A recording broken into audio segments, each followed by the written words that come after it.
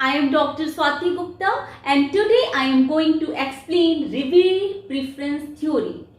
This theory was given by Paul A. Samuelson.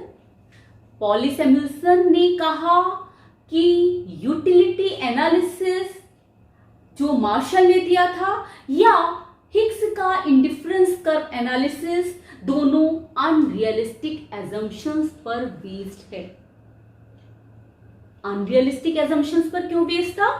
क्योंकि martial की according हम utility को एग्जैक्ट नंबर में मेजर कर सकते हैं, जबकि हिग्स के अकॉर्डिंग हम किसी भी यूटिलिटी को मेजर नंबर्स में मेजर नहीं कर सकते, बट प्रेफरेंस के अकॉर्डिंग उनको रैंक असाइन कर सकते हैं।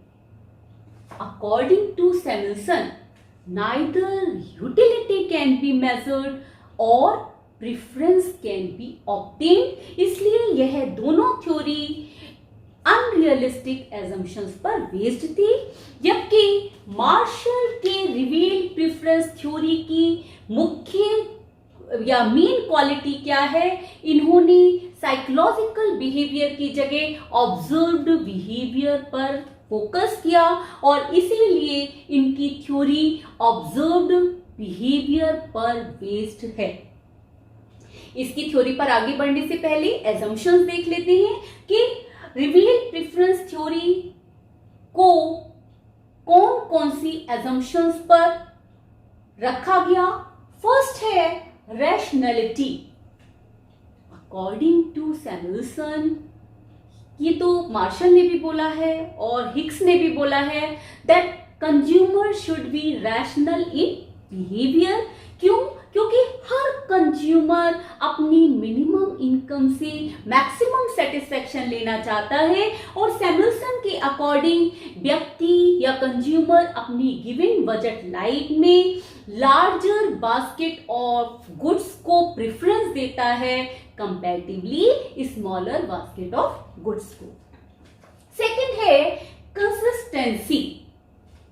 कंसिस्टेंसी मीन्स कंज्यूमर यदि किसी भी बास्केट को प्रेफरेंस दे रहा है, बास्केट ऑफ गुड को प्रेफरेंस दे रहा है, तो वो उस बास्केट के लिए कंसिस्टेंस रहेगा। फॉर एग्जाम्पल, यदि कंज्यूमर के पास दो बास्केट ऑफ गुड्स हैं ए एंड बी, यदि कंज्यूमर ए बास्केट को प्रेफरेंस दे रहा है बी के ऊपर, तो हर सिचुएशन में वो ए को ही प्रेफरेंस देगा, अपनी प्रेफरेंस को चेंज नहीं करेगा।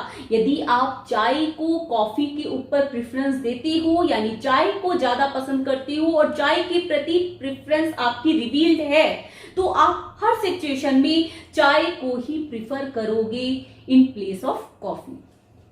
नेक्स्ट है ट्रांसिटिविटी।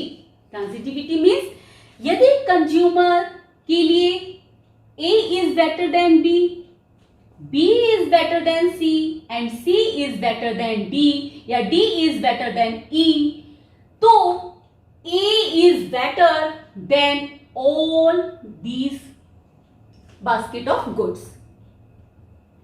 जितने भी आगे कॉम्बिनेशन है D is better than E, E is better than F, तो A जो है वो हर कॉम्बिनेशन के कंपैरिजन में बेटर होगा अन्य कॉम्बिनेशन के कंपैरिजन में। इसको हम ट्रांसिटिविटी कहते हैं।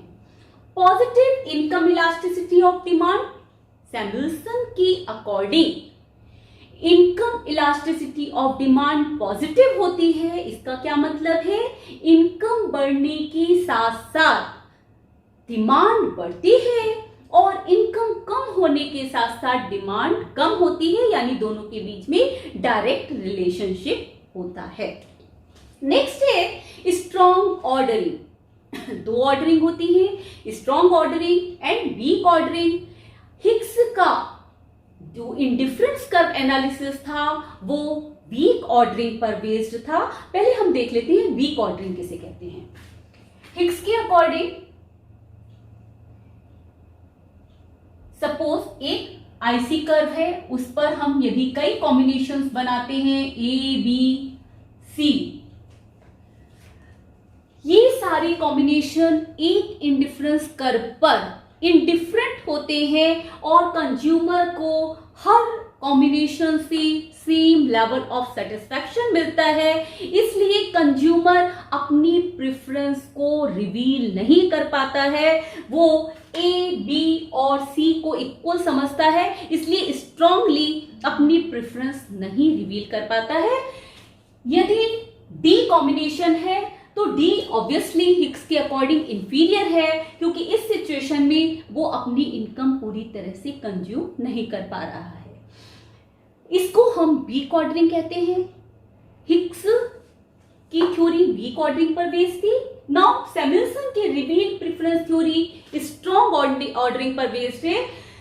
सैमुअलसन के अकॉर्डिंग सपोज यदि कंज्यूमर ने ए कॉम्बिनेशन को या ए बंडल ऑफ गुड को बी, सी और डी के कंपैरिजन में प्रेफर किया है, तो इस सिचुएशन में बी, सी और डी ये सब इंफीरियर कॉम्बिनेशन है और ए के प्रति स्ट्रांगली उसने अपनी प्रेफरेंस रिवील कर दी है। ए की चाहे वह बजट लाइन पर है, फिर भी यदि उसने ए को प्रेफरेंस दी है तो वो बी, सी, डी को किसी भी कीमत पर नहीं सेलेक्ट करेगा, वो हमेशा ही ए के प्रति कंसिस्टेंट रहेगा। फॉर एग्जाम्पल, यदि आप मैकडी जाते हैं तो मैकडी में different types of burgers are there और आपने अपनी प्रेफरेंस वेज बर्गर के लिए रिवील की है। वहां पे चीज बर्गर भी है, नॉन वेज बर्गर भी है, एग बर्गर भी है, लेकिन आप वेज बर्गर को प्रेफरेंस देते हो और वेज बर्गर के लिए आपने अपनी प्रेफरेंस रिवील की है, तो उस सिचुएशन में आप जब भी मैकडी जाओगे अपनी प्रेफरेंस को चेंज नहीं करोगे, आप वेज बर्गर के लिए कंसिस्टेंट रहोगे।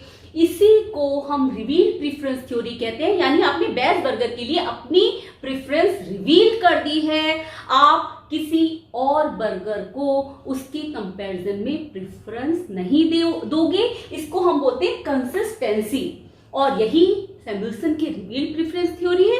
अब एक बार डायग्राम में देख लेते हैं। टू गुड्स है, क्योंकि सैमुअलसन का जो रिवील प्रेफरेंस थ्योरी मॉडल है वो टू गुड बेस्ड है। X good and by good और कंज्यूमर की इनकम दी हुई है, जिसमें बजट लाइन LM है। अब यदि यहां पर A, B, C, D, E, F different combinations है या डिफरेंट बंडल ऑफ गुड्स हैं, ये है दी हुई बजट लाइन में है। इस बजट लाइन में यदि कंज्यूमर ने अपनी प्रेफरेंस बी बंडल को दी है तो वो अपनी कंसिस्टेंसी बी के लिए ही रखेगा, वो अपनी प्रेफरेंस किसी भी सिचुएशन में चेंज नहीं करेगा, उसने अपनी प्रेफरेंस रिवील कर दी है और उस सिचुएशन में A, C, D, E और इसके अंदर जो भी कॉम्बिनेशंस आएंगे वो इंफीरियर होंगे सैमुअलसन के अकॉर्डिंग, क्योंकि स्ट्रॉन्ग ऑर्डरिंग पर बेस्ड है।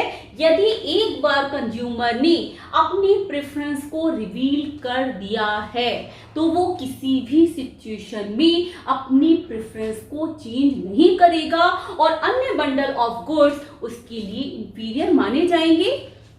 एफ को हम इंफीरियर नहीं कह सकते हैं, क्योंकि एफ उसकी गिवन बजट लाइन के बाहर है। वो हो सकता है कि यदि उसकी इनकम इतनी होती तो वो एफ को प्रेफरेंस देता, लेकिन एफ उसकी पहुंच से बाहर है, इसलिए हम एफ को तो इंफीरियर नहीं बोलेंगे। बट यदि उसने बी को प्रेफरेंस दी है तो बजट लाइन में जितने भी कॉम्बिनेशंस हैं और उसके साथ साथ बजट लाइन के अंदर जो भी कॉम्बिनेशंस होंगे, मान लो ई, जी, जो भी कॉम्बिनेशंस होंगे वो उस कंज्यूमर के लिए इंफीरियर होंगे और बी ही उसके लिए सुपीरियर है। ये सैमुअलसन की रिवील प्रेफरेंस थ्योरी है होप सो आपको समझ में आ गया होगा। In the next video I will explain demand theorem with the help of revealed preference hypothesis, और लॉ ऑफ डिमांड को हम रिवील्ड प्रेफरेंस थ्योरी के द्वारा कैसे निकालते हैं, साथ ही सब्स्टिट्यूशन इफेक्ट को और प्राइस इफेक्ट को हम कैसे शो करते हैं, ये मैं आपको नेक्स्ट वीडियो में डिस्कस करूंगी। Till then bye, take care.